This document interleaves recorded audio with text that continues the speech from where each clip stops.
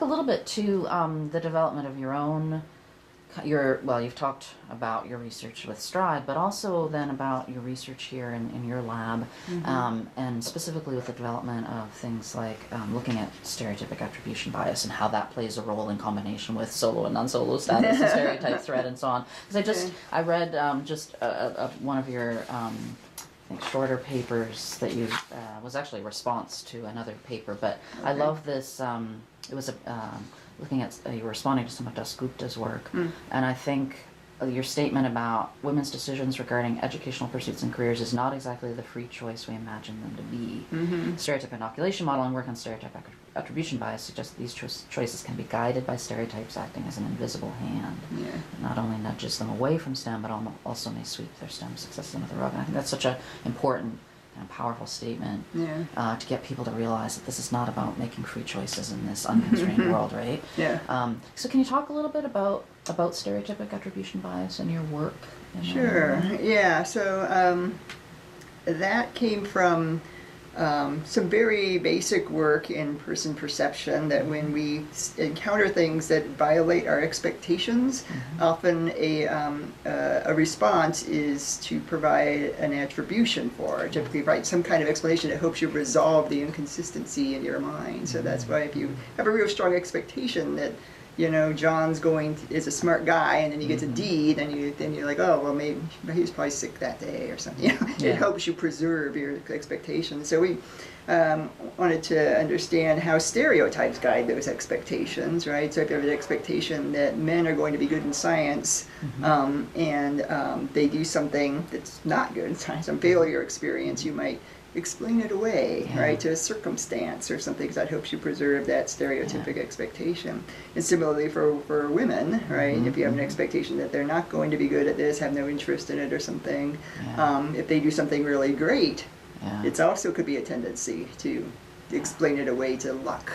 She got lucky on that one or something. And we wanted to, so I examined that in some of my earlier work and how let's say white people explain away race stereotyping consistency in black people.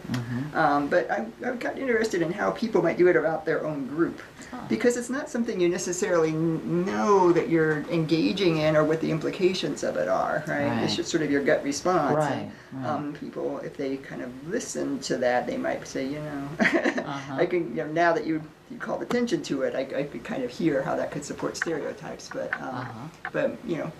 it's not something that people generally analyze in themselves. So I started examining that among women in science, like, are they engaging in this tendency to explain away women's successes, while accepting men's successes in science, and what are the implications of that? Because it's stereotype supporting, right?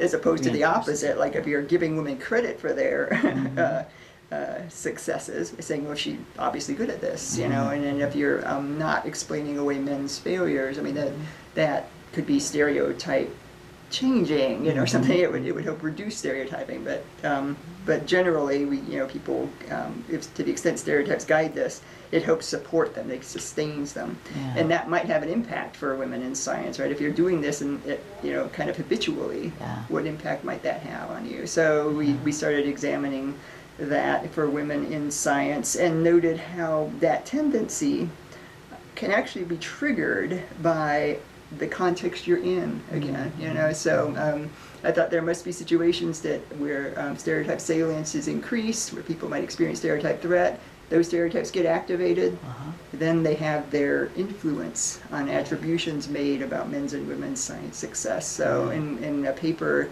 that I think came out a little bit after that one, we demonstrated that by exposing women, again randomly assigned to groups, but in one group, women were exposed to a group of other science students, supposedly, that they were going to interact with on a science task, where they could see an interaction happening in that group where a woman talking about science was receiving a negative reaction from other people in the group. So she was talking about science and people were kind of making this nonverbal, shaking their heads or rolling their eyes and that kind of thing. So it was a sort of negative treatment of that woman.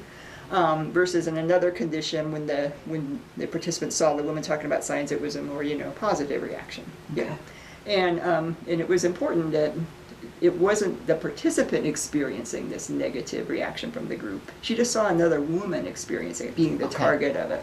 Right. And then we found that people who were assigned to that condition, witnessing the negative experience of another woman in science, showed more of this attribution bias on a scale we gave them, where they gave responses to men's and women's successes in science.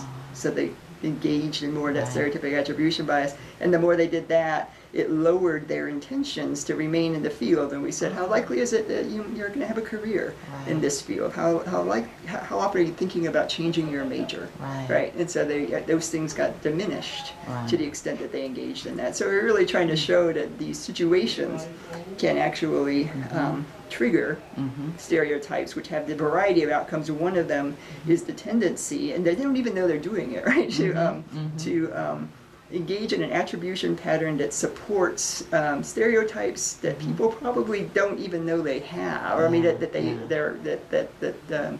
don't even know that they that are activated and guiding their responses. And if you ask them, do you believe that women are not as good in science as men? They'd probably say no. Of course, I'm a woman in science. Of course I think that women can do this, but it's coming out again in this subtle way.